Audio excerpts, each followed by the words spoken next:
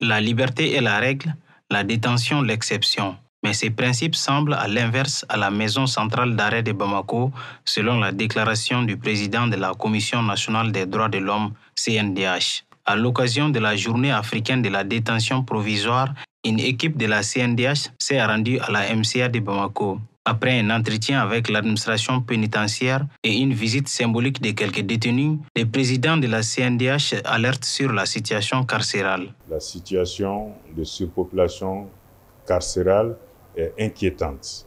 Et ça va de mal en pire.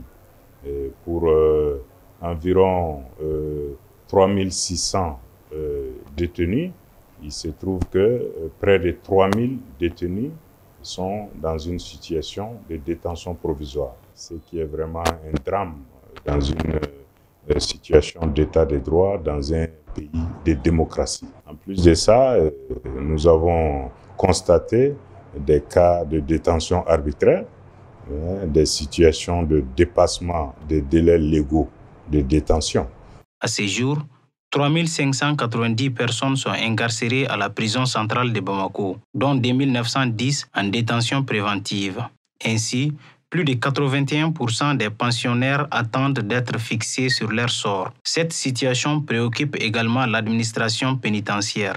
Et je pense que nous sommes en phase avec l'administration pénitentiaire qui souffre des mêmes abus. Notre rôle, de par la loi, c'est de faire des constats, c'est de faire des recommandations et d'adresser ces recommandations aux autorités compétentes pour que des mesures correctives soient prises. En plus de ça, essayer de sensibiliser les juges par rapport au décernement des mandats de dépôt. Et rappeler toujours que dans notre code de procédure pénale, le principe est la liberté et la détention est l'exception.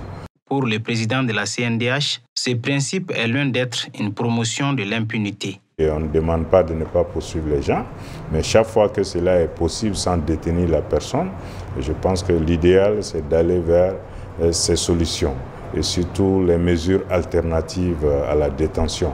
En plus de la Maison centrale d'arrêt, l'édition 2023 sera marquée par le monitoring des autres lieux de privation de liberté de Bamako. Pour le reste du pays, la CNDH veille quotidiennement sur les détentions à travers les mécanismes nationaux de prévention de la torture. Ces mécanismes travaillent à établir un dialogue constructif et permanent avec tous les acteurs concernés pour changer la donne. D'ici là, les détenus devront s'armer d'espoir et de foi.